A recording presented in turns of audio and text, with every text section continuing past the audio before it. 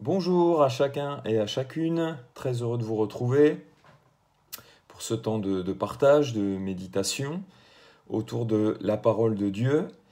J'espère que vous allez bien une fois de plus, mais c'est sincère et je vous souhaite bien d'être en bonne santé et de prospérer également spirituellement, que Dieu soit béni. Dans le message que j'ai apporté dimanche, que j'ai partagé avec l'Église, avec ceux qui étaient présents et puis aussi via le lien YouTube, je sais que certains ont été interpellés par une phrase que j'ai prononcée et qui était celle-ci: nous devons apprendre à fleurir là où Dieu nous plante. Je répète, nous devons apprendre à fleurir là où Dieu nous plante. Alors cette phrase, on ne la trouve pas dans la Bible, bien entendu, mais je crois que la pensée s'y trouve. Et nous avons également plusieurs exemples de personnes qui ont dû apprendre à fleurir ou qui ont su fleurir là où Dieu les avait plantés. Et avant de voir ensemble de quoi il s'agit, de quoi cela peut nous parler, ce que cela peut signifier, le texte que j'aimerais lire avec vous se trouve dans Éphésiens, au chapitre 5 et au verset 16. C'est un simple verset qui dit ceci, Éphésiens chapitre 5, verset 16, « Rachetez le temps, car les jours sont mauvais. » La version Semeur a traduit de cette manière: « Mettez à profit, ou bien profitez, les occasions qui se présentent à vous, car nous vivons des jours mauvais. » Et parmi les occasions qui peuvent se présenter à nous, il y a l'occasion de fleurir, on pourrait dire, et pas seulement dans les jours faciles, mais aussi dans les mauvais jours. La transcription maintenant Parole vivante dit ceci: « Comportez-vous en gens avisés qui se rendent compte en quel temps critique nous vivons et savent tirer, écoutez bien, le meilleur parti de la période présente. » Alors, quand il est parlé ici de la période présente, c'est-à-dire la période dans le calendrier peut-être divin, mais aussi la période dans le sens le temps ou les temps, les circonstances dans lesquelles nous pouvons nous trouver. Apprendre à fleurir là où Dieu nous a plantés. Alors de quoi s'agit-il ? Apprendre à fleurir là où Dieu permet que nous soyons. Et je ne parle pas forcément en termes de lieux géographiques, mais de temps, de période, de circonstances ou bien de situations dans lesquelles nous pouvons nous trouver ou nous retrouver et que Dieu permet pour notre vie. Je crois, et je l'ai déjà dit, que en tant qu'enfant de Dieu, notre vie n'est pas laissée au gré du hasard ou de la fatalité, mais que notre Père tient les temps et les circonstances de nos vies entre ses mains. David disait, et vous m'entendez souvent citer ce texte, parce que je le crois, « Mes destinées sont dans ta main ». Il parle non seulement de ces jours, de ces mois, de ces années qui sont dans la main de Dieu, mais aussi il parle des temps et des circonstances qu'il traverse, qu'il vit, et qui sont dans la main de Dieu, qui n'échappent non seulement pas à son contrôle, à sa souveraineté, il les maîtrise. Alors j'aimerais, pour illustrer davantage ce que je voudrais dire, vous montrer deux photos. Alors j'espère que vous allez les voir, parce que je vous les montre avec mon iPad. Alors une première photo, c'est celle-ci, avec le reflet. Voilà, cette première photo. Alors ça donne envie, en tout cas je l'espère. Il y a le soleil, il y a un beau ciel bleu, une petite retenue d'eau, une espèce de petite, un petit bassin, du gazon bien verdoyant, de la verdure et des fleurs, vous les voyez, un peu orangées, des fleurs qui ont fleuri. Alors, on va dire que c'est pas trop compliqué de fleurir dans un endroit comme celui-ci, n'est-ce pas? Et la deuxième photo, et là c'est plus en rapport avec mon thème, apprendre à fleurir là où Dieu nous place. Je dis bien apprendre parce qu'on est à l'école de Dieu et il n'y a rien d'inné dans la vie chrétienne, on apprend les choses. Eh bien, cette deuxième photo, c'est celle-ci.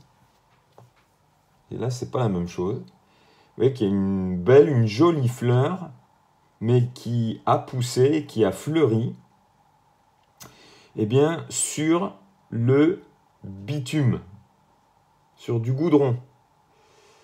Un terrain peu propice, peu favorable pour une fleur pour fleurir. Mais pourtant, eh bien, malgré un terrain hostile et peu favorable, eh bien, celle-ci a fleuri. Et je crois que cette image, elle illustre bien ce que je voudrais partager avec vous à partir de ce thème, apprendre à fleurir là où Dieu nous plante ou là où Dieu nous a plantés. Alors, fleurir. Alors ce bitume, avant de parler de ce que ça peut représenter, fleurir, ce bitume peut représenter les périodes dures et difficiles de nos vies, peu propices ou peu favorables à première vue ou à vue humaine, pour fleurir, pour s'épanouir, pour plusieurs choses encore qu'on va voir, mais que nous pouvons, je crois, mettre à profit pour reprendre l'expression de la Bible semeur. Mettez à profit. Profitez de toutes les occasions, qu'elles soient bonnes ou qu'elles soient favorables. C'est Paul qui disait à Timothée, prêche l'évangile en toute situation, favorable ou non. Tire le meilleur profit de chaque situation. Eh bien, nous pouvons, je crois, parallèlement à cela, dire que nous pouvons fleurir eh bien, là où Dieu nous plante et là où c'est pas toujours eh bien, peut-être facile ou favorable de fleurir. Alors, qu'est-ce que je veux dire par fleurir? Qu'est-ce que ça peut eh bien, signifier?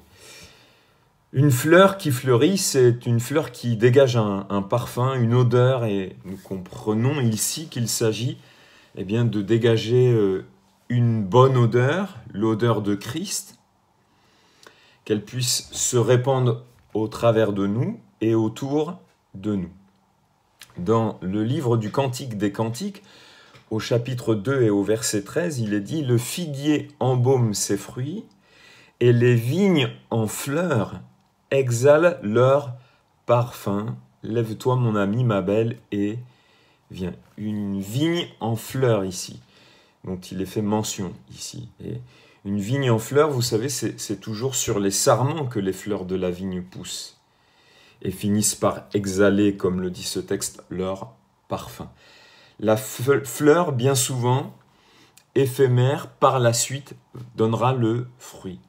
La fleur sur le sarment ou les fleurs de la vigne sont éphémères et elles laisseront la place aux fruits. Et eh bien, quand je parle de fleurir, c'est de porter du fruit aussi, puisque la fleur va laisser la place aux fruits. Fleurir ou apprendre à fleurir là où Dieu nous a plantés peut signifier aussi eh bien, apprendre à porter du fruit là où Dieu nous a plantés, et pas forcément, encore une fois, dans un contexte très favorable, mais où c'est difficile. Jean 15, 5, « Je suis le cep et vous êtes les sarments. Celui qui demeure en moi et en qui je demeure porte beaucoup de fruits, car sans moi, vous ne pouvez rien faire. » Vous remarquerez que Jésus, ici, ne dit pas « Celui qui demeure en moi et qui est dans une terre favorable porte beaucoup de fruits. » Non, il dit « Celui qui demeure en moi et en qui je demeure porte beaucoup de fruits. » Donc c'est possible de porter du fruit, eh bien, quel que soit l'endroit où Dieu nous a plantés, parce que eh bien, notre capacité ne vient pas de nous, mais elle vient de lui. Sans moi, vous ne pouvez rien faire. C'est-à-dire, pris à l'envers, avec lui, eh bien, nous pouvons toutes choses. Nous sommes rendus capables de toutes choses, et notamment de porter du fruit là où c'est eh bien, difficile. Une fleur qui fleurit, nous parle d'une semence aussi qui a germé. Et bien souvent, c'est une semence d'une autre fleur, bien sûr de la même famille, qui a germé. Par exemple, un gland est en mesure de se reproduire quand l'écorce est détruite. Il est capable de germer. Les chênes donc se reproduisent de cette manière-là par les glands. J'ai remarqué récemment, lorsque je suis allé chez mes parents, eh bien, que des fleurs qu'il y avait dans l'allée, dans une allée, eh bien, s'étaient reproduites dans un endroit pierreux, caillouteux. Et je pense parce que quand la fleur a fleuri, eh bien, il y a eu de la semence qui a été dispersée. Et une fleur qui fleurit nous parle d'une semence qui a germé et puis qui est aussi capable de se reproduire. Une semence qui a germé dans le sol, quel qu'il soit, qui a grandi et qui est parvenu aussi à maturité. La maturité, c'est le dernier stade du processus de croissance d'un fruit ou d'une personne. Donc, fleurir nous parle aussi de manifester la maturité chrétienne, la maturité en Christ, là où Dieu nous plante, ou bien de mettre à profit le lieu entre guillemets, c'est-à-dire les circonstances, les situations, les temps que nous pouvons vivre, et là où Dieu nous a placés, quelque part, plantés, où il a voulu que nous soyons, eh bien, pour tendre vers plus de maturité en Christ. La Bible dit dans Éphésiens 4,13 « Jusqu'à ce que nous soyons tous parvenus à l'unité de la foi et de la connaissance du Fils de Dieu, à l'état d'homme fait, à la mesure de la stature parfaite de Christ. » Donc, à l'état d'homme fait, parvenir à l'état d'homme fait, c'est parvenir au stade d'adulte ou spirituellement quelqu'un de mature, par opposition à l'enfant spirituel qui manque de maturité, encore l'enfant. Donc, et ça correspond à la stature parfaite de Christ, l'état d'homme fait, l'état d'homme adulte, l'état d'homme mature dans la foi, c'est la stature parfaite de Christ. Puis une fleur qui fleurit, c'est quelque chose aussi que l'on aime regarder, sur laquelle on aime poser ses regards, plus encore que, je dirais, on aime contempler, sur laquelle on fixe les regards. Puis dernière chose, quand je parle de fleurir, vous voyez qu'il y a plusieurs choses à dire, eh bien, j'ai lu aussi que les fleurs des vignes, ou les fleurs de vigne, pour revenir à cette partie, enfin, à ces fleurs en particulier, excusez-moi, je cherchais mes mots, eh bien, j'ai vu qu'elles avaient des vertus pour la santé et la beauté. C'est-à-dire qu'elles peuvent soigner. La beauté, la définition, c'est brillant, éclat, grâce. Donc, fleurir, là où Dieu nous a plantés, c'est être en mesure de soigner. Et on va soigner d'autres. Et il y a un exemple dans la parole de Dieu. La beauté nous parle de brillant, d'éclat, de grâce. Donc, dans les circonstances où Dieu nous plante, nous place, les situations, les temps que nous pouvons vivre, eh bien, manifester la lumière, éclairer, briller, manifester la grâce de Dieu. Beauté, c'est la qualité d'une action de pensée qui suscite l'admiration morale et dont les synonymes sont distinction, grandeur, noblesse, générosité. Vous voyez, et tout ça, eh bien, fleurir nous parle d'être différent. C'est la manifestation d'une certaine grandeur, mais pas à l'échelle de ce monde, à l'échelle du royaume. Il y a la notion de générosité, voilà, etc., etc. Et je crois que, eh bien, encore une fois, Dieu veut que nous puissions fleurir là où il nous plante, là où il nous place, là où il permet que nous soyons, et pas de lieu géographique, je parle ici, même si ça peut être aussi cette réalité-là, mais plutôt de temps et de circonstances. D'ailleurs, souvent, les temps et les circonstances sont reliés à des lieux également. Alors, quelques exemples de personnes dans la Bible qui ont fleuri, avec tout ce que cela peut signifier, et que l'on vient de voir ensemble, là où Dieu les avait plantés.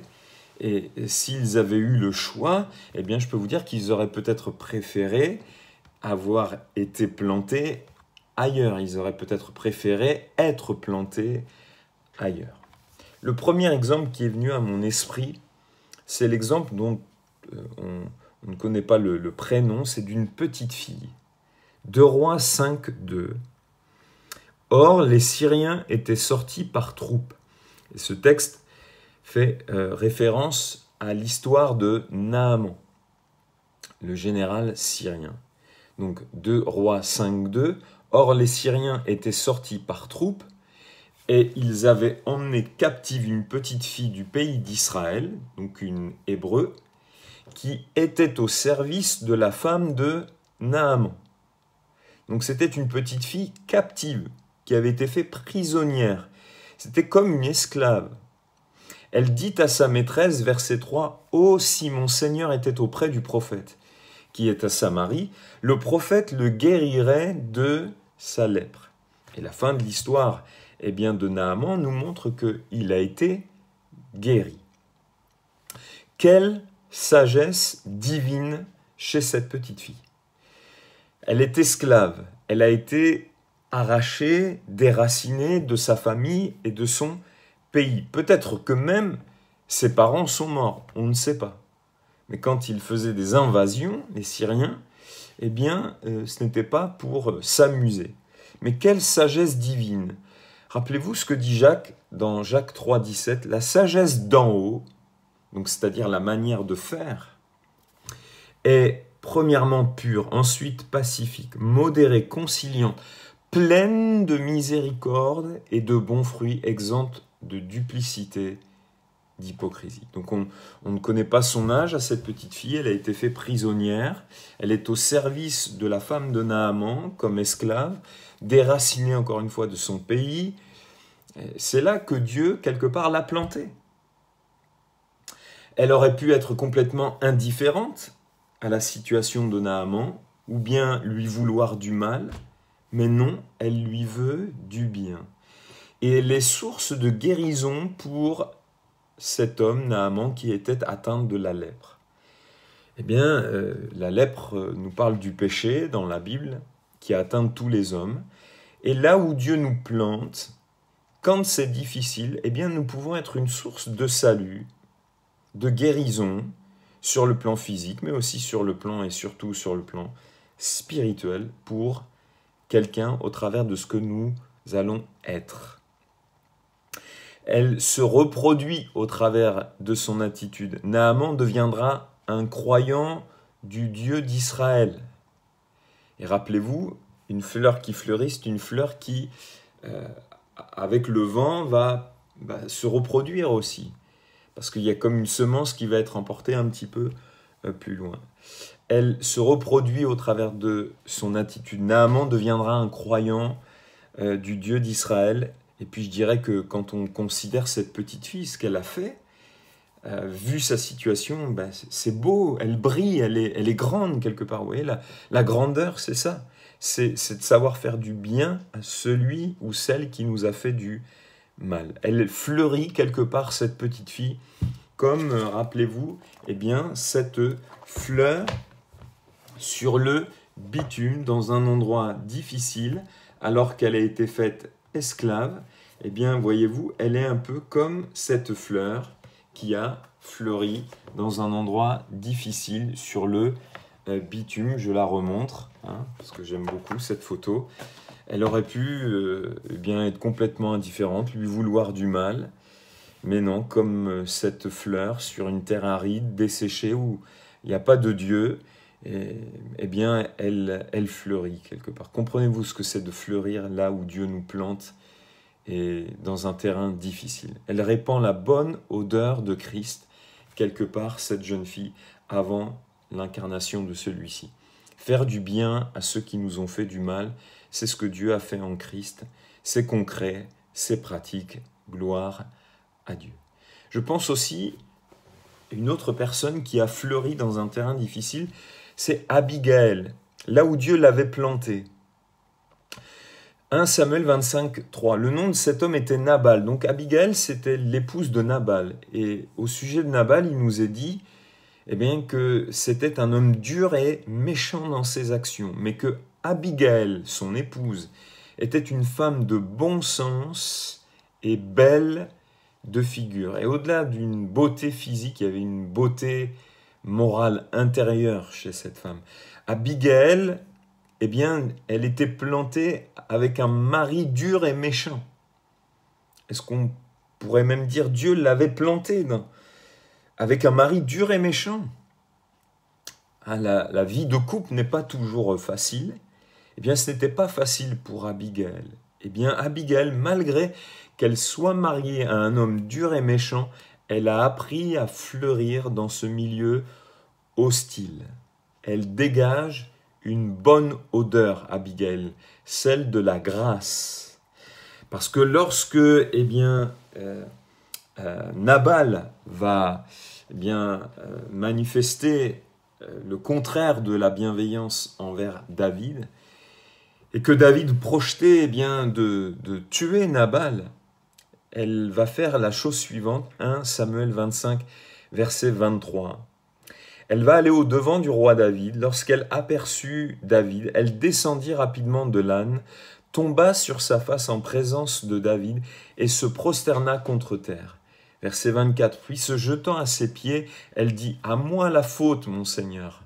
Permets à ta servante de parler à tes oreilles et écoute les paroles de ta servante. » Elle endosse une part de responsabilité. Et elle le fait pour que David ne verse pas le sang, ne répande pas le sang, et qu'il le regrette par la suite. Elle intercède quelque part pour son mari, en exhortant David à ne pas considérer sa dureté, sa folie. Même si on pourrait avoir le sentiment elle prononce un jugement sur son mari, bon, elle a du discernement quand même, elle sait que c'est un mari qui est dur et méchant, mais elle encourage, elle exhorte David à considérer quelque part la folie de cet homme, et sa dureté, mais surtout de ne pas de répandre le sang. Pour moi, Abigail, c'est une femme qui a su fleurir là où Dieu l'avait plantée, dans les circonstances aussi, et qu'elle a traversées. Alors, au verset 32, il est dit, David dit à Abigail, « Béni soit l'Éternel, le Dieu d'Israël, qui t'a envoyé aujourd'hui à ma rencontre.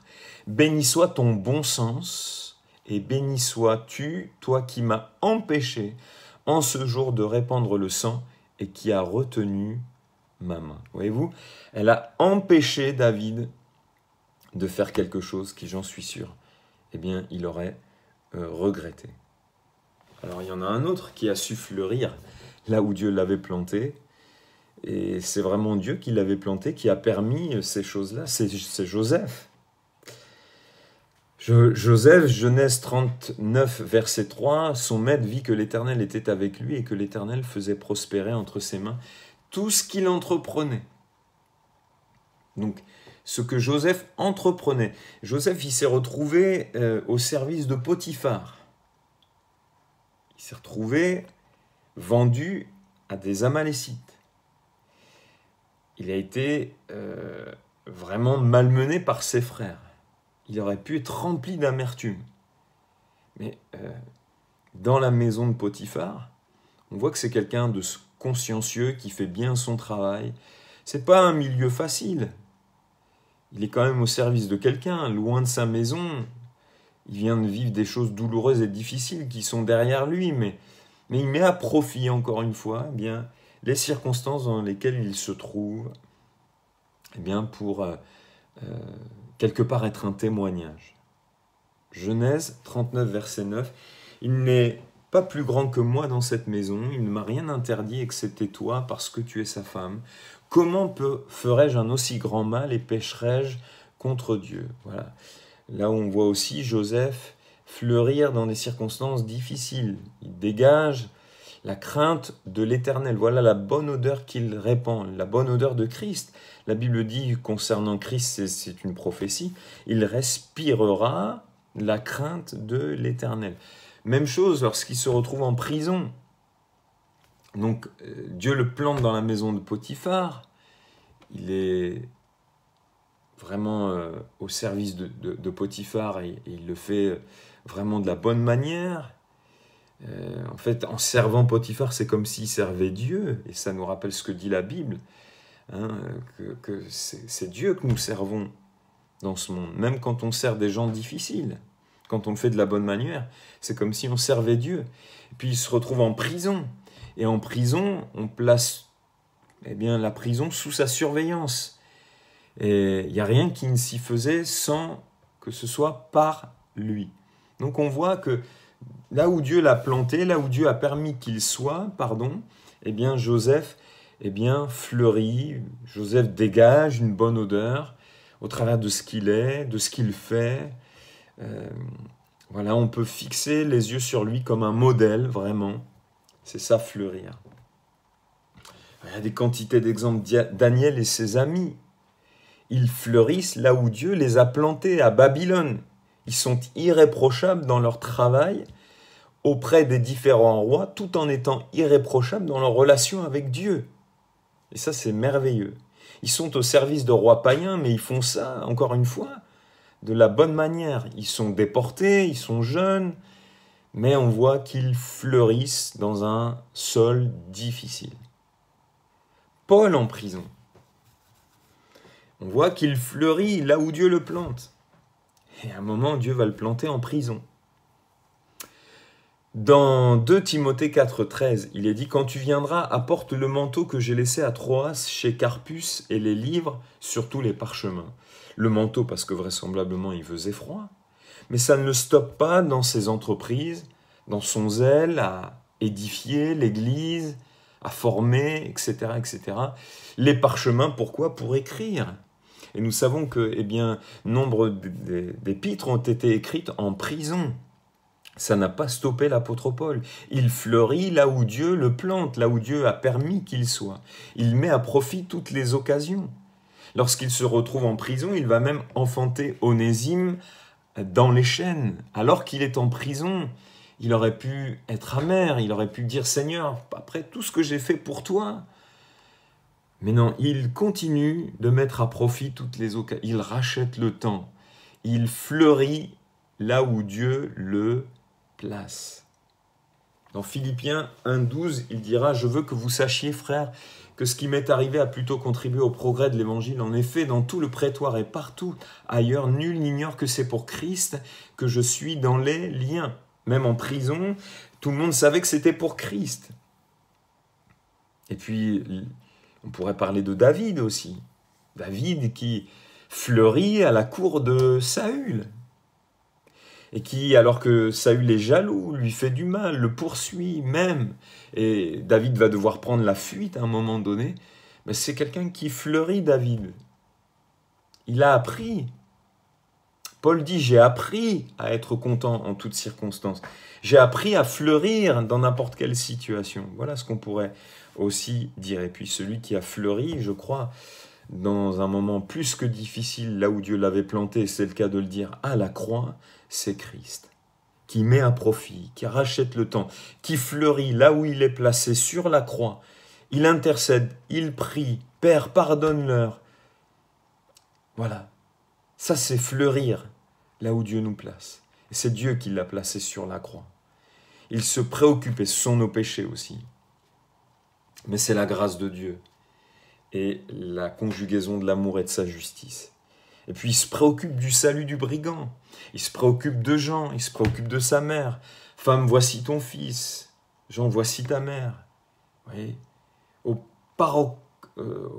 paroxysme, pas au paroxysme, mais au paroxysme de la souffrance, Jésus fleurit.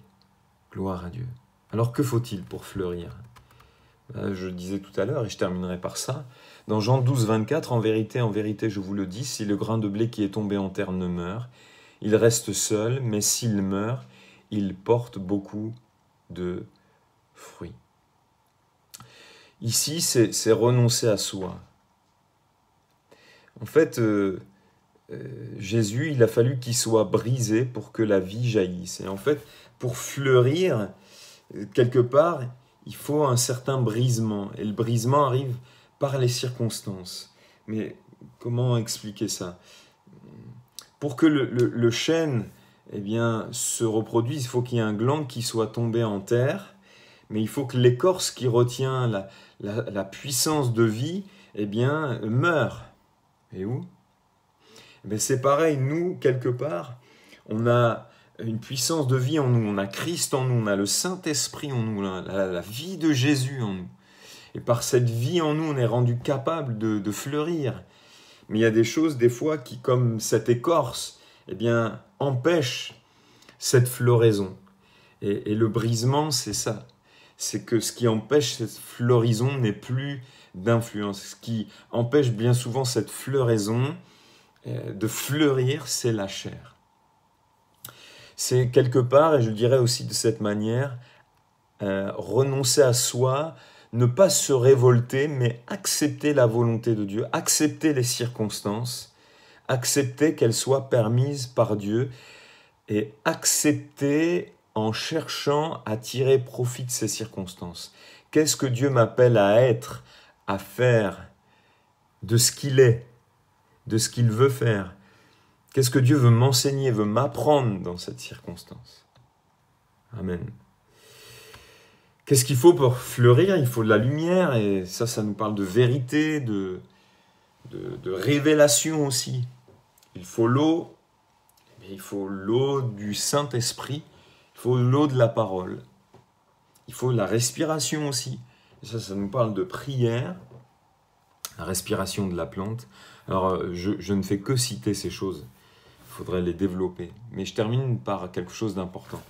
Vous savez que dans Nombre 17, un moment dans la contestation du peuple, eh bien Dieu va dire, la verge qui va fleurir, eh bien, ça sera mon choix. Et cette verge qui va fleurir, c'est la verge d'Aaron. Ce morceau de bois tout sec va fleurir. Nombre 17, 5. Et on parle de fleurir ici.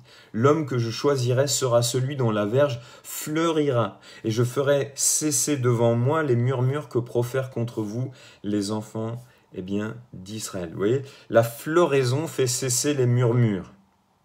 On pourrait dire comme ça. Mais ce que je voudrais retenir, c'est que ce morceau de bois tout sec, placé dans la tente du témoignage, placé quelque part dans la présence de Dieu, eh bien, il va être rendu capable de fleurir. Eh bien, par la présence de Dieu dans notre vie et au moyen du Saint-Esprit, mes frères et sœurs, eh bien, nous sommes rendus capables de fleurir là où Dieu nous place. Et nous avons été placés au bénéfice de sa présence. La présence de Dieu est en nous. Nous sommes au bénéfice de cette présence. Et nous sommes rendus capables. Nous pouvons, si nous le voulons, si nous renonçons, eh bien fleurir dans les endroits les plus difficiles, là où Dieu nous plante. Et encore une fois, comme cette petite fleur, fleurir dans le bitume, fleurir là où c'est difficile, là où à vue humaine, on pense que rien n'est possible. Eh bien, Dieu te dit ce matin, là où tu es, là où Dieu te plante, là où il permet que tu sois, ça peut être dans une période de chômage, ça peut être une période de maladie, tu peux fleurir, tu peux parvenir à plus de maturité, tu peux porter la bonne odeur de Christ, ça peut être un emploi difficile, ça peut être un mariage, un mari difficile, une épouse difficile, tu peux fleurir là où Dieu t'a planté, tu peux fleurir dans ce que Dieu permet, que Dieu nous bénisse et nous aide. Amen. Merci Seigneur. Oh, je veux simplement te dire merci pour terminer. Que ton nom soit béni, glorifié, loué.